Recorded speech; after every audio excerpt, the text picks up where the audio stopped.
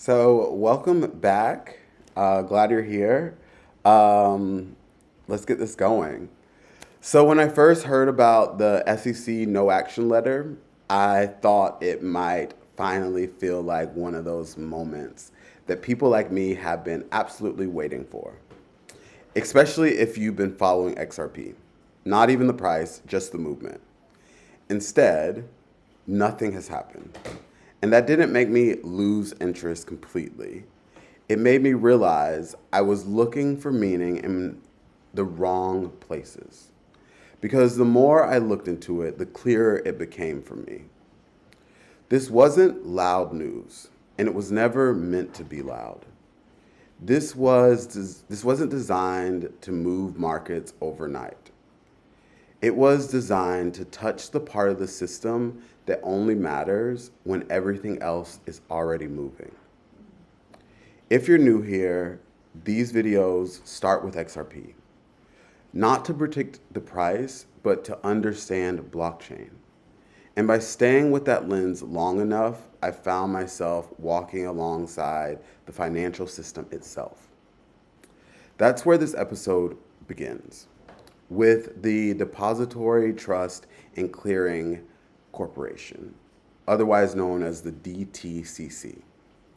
And the first thing that stuck with me wasn't clarity, and I love clarity. It was how little the DTCC seemed interested in explaining itself. The website did not signal importance. There was no urgency, no modern tech language, no attempt to impress. At first, it felt disorienting. It was even hard to focus. Then I understood what I was actually looking at. The DTCC isn't built to be understood by the public or even someone like me.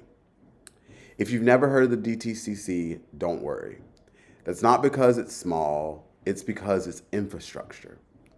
It's owned by the institutions that already know exactly what's at stake. It's not a government agency. It's not a normal private company either. It sits underneath almost everything I thought I understood about finance to this day. Literally everything. And it has no need to advertise what it does. And that's what's made this letter even harder to grasp. Because when something this quiet moves, it's not trying to get our attention.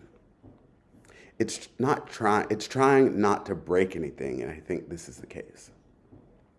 At its core, the DTCC does one thing. It makes sure financial promises get completed every day. Massive institutions agree to exchange assets for money. The DTCC sits in the middle, so those agreements actually finish. Without it, trades would take longer. Errors would be more common, and the system would be far more fragile. And here's the part that made me sit up in attention. You don't notice the DTCC when it's working, which means if it ever stopped working, most lives would break long before anyone knew why. Sometimes a firm cannot pay on time. This doesn't mean something is broken with the firm or there's something problematic with the firm. It often means the money didn't arrive at the exact moment the rules required it to. Finance isn't just about having money, I'm learning. It's also about having it on time. The DTCC exists to stop timing problems from turning into panic. I didn't fully understand that until I stepped away from the letter itself, and I listened to the person who actually runs the system. That person is Frank Lasala, the CEO of the DTCC. Not a crypto founder, not a market commentator. This is the person accountable for making sure the system holds as it evolves. And what stayed with me from his interview wasn't excitement, because it actually was kind of boring and low key. It was his intention. He talked about staying in close contact with the institutions involved in the pilot, listening to what works and what doesn't, and what the real world actually needs as this pilot takes shape. That's when this clicked for me very clearly. This wasn't about announcing change. It was about testing new software. While every old guardrail stays in place. What surprised me wasn't that the DTCC has plans for the future. It was realizing how much work is happening without anyone asking for attention at all. To be honest, I didn't even know that there was a system. And now I'm realizing that system is quietly shaping the future. At this scale, you don't improvise. You cannot improvise. You design systems that hold under pressure. When obligations don't line up perfectly, the DTCC doesn't make decisions on the fly. There's already an order and it's in place. This is what the industry calls a default waterfall. Not because failure is expected, but because scale requires structure. First, the firm's own collateral. Second, its margin deposits, which are just extra safety money posted up front.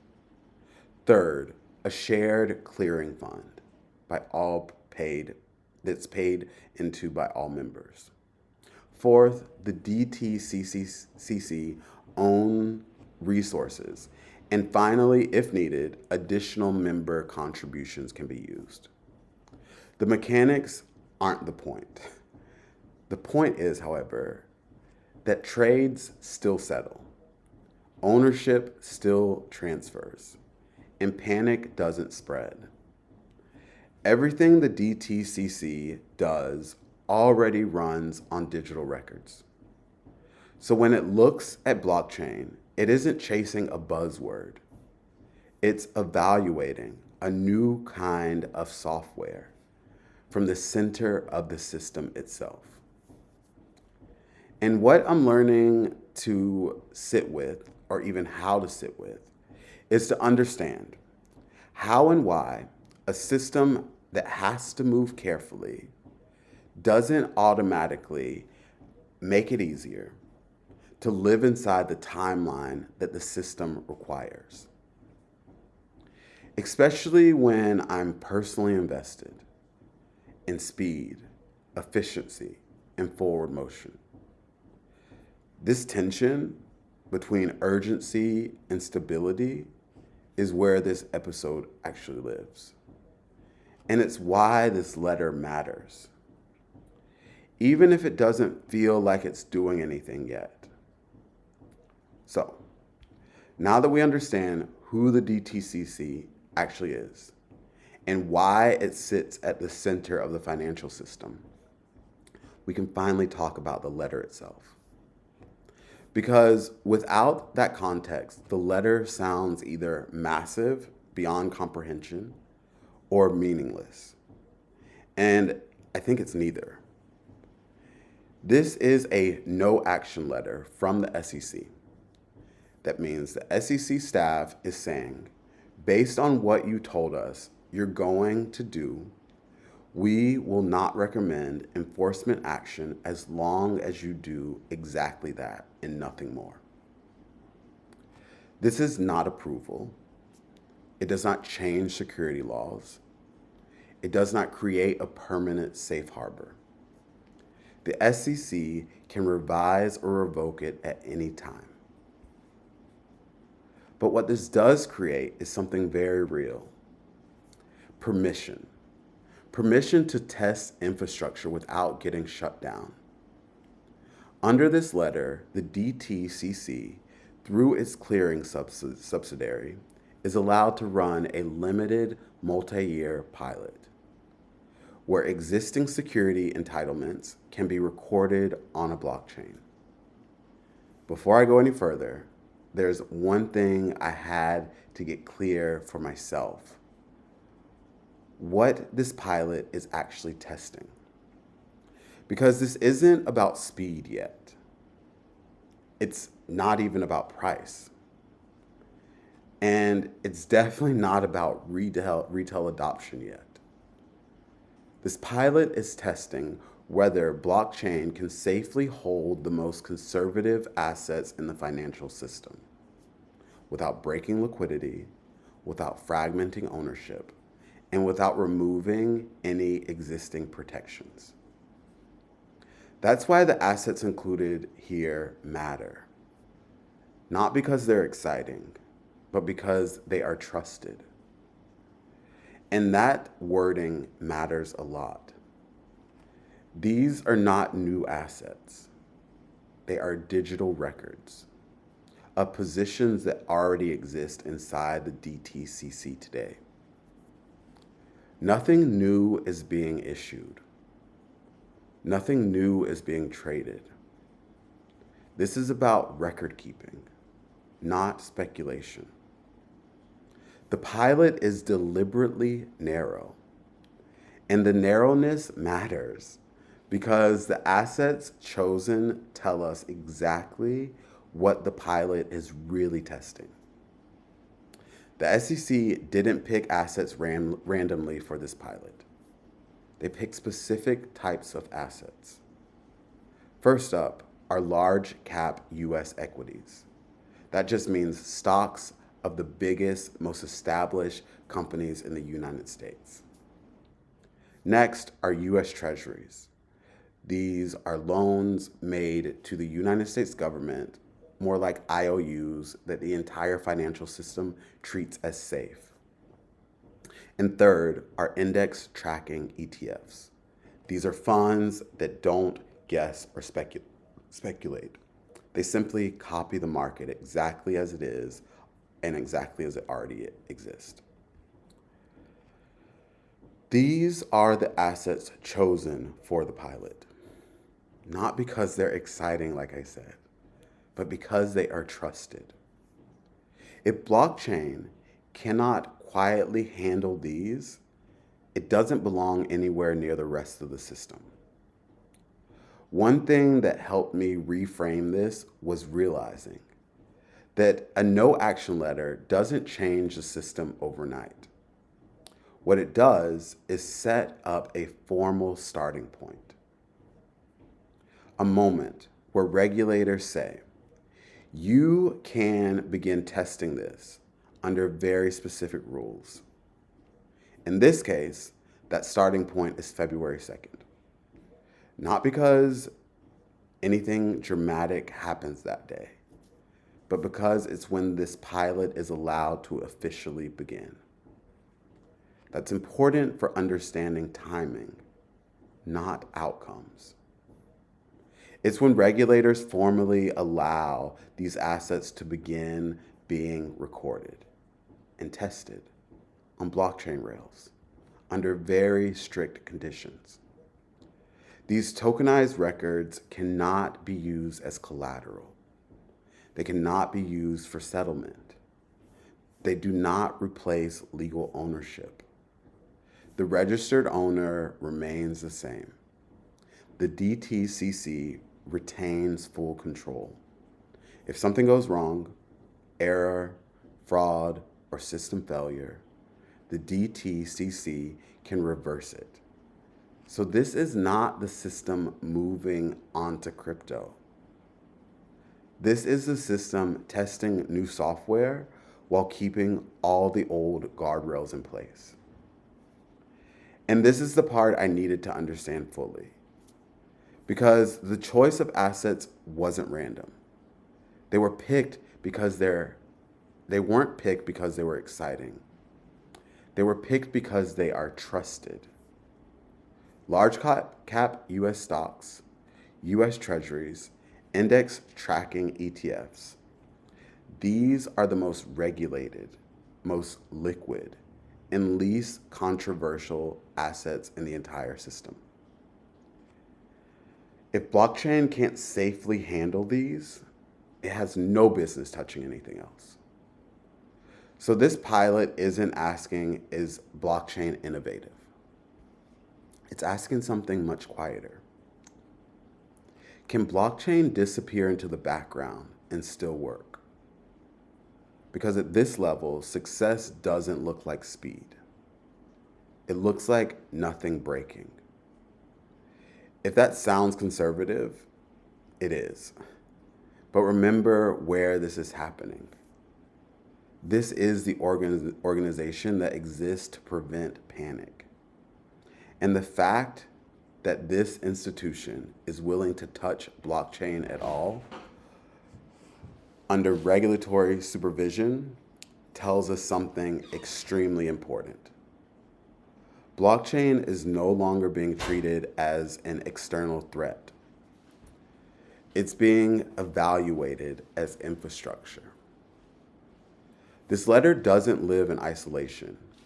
It directly touches the largest exchange in the world, the New York Stock Exchange.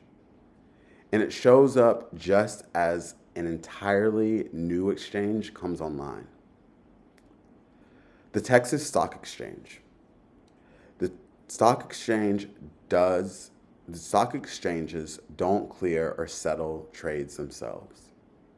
They rely on the DTCC, which means no exchange, old or new, can tokenize equities, shorten settlements, or move toward 24/7 markets, unless clearing, settlement, and regulation are all aligned. Within weeks of this letter, the president of the New York Stock Exchange, Lynn Martin, went onto television and spoke openly about building infrastructure for tokenized equities. She wasn't talking about crypto markets. She was talking about the equity market itself. Tokenized shares, fractional ownership, immediate settlement, and eventually 24-hour trading inside the existing system. That conversation does not happen unless the foundation is already moving. And when a new exchange is launching at the same time, this isn't random. It's part of the same realignment. None of this requires buying anything today. None of it shows up on a price chart. It shows up in where institutions are choosing to build. That doesn't tell me when this will pay off, which is annoying. It also doesn't tell me if this will pay off, which is even more annoying. What it tells me is that the people who design markets are no longer debating whether tokenization belongs. They're debating how to integrate it without breaking trust. And sitting with that, knowing it's real but slow, is harder than not knowing at all. If this kind of work resonates with you, the no hype, no predictions, but learning how the system actually moves, you might be in the right place. I didn't come here looking for money. I came here trying to understand XRP. And over time, that path led me not into price charts, but into the plumbing of how money actually moves. And to think about it, in hindsight, this makes a lot of sense. XRP wasn't designed to sit outside the financial system. It was designed to settle payments inside a regulated one. So following XRP has meant walking next to the system, close enough to see it, and close enough also to see whether the two worlds ever really overlap. And what I'm watching now isn't hype or collapse. It feels like alignment. It's slow. It's careful. It's quiet. And harder to sit with than noise ever was. If this kind of work and content resonates with you, please like, subscribe, pass it on to someone that's curious. And thank you for joining me for another episode. I'm James Harris. This is Layer One. And until the next video, I'll see you then. Bye.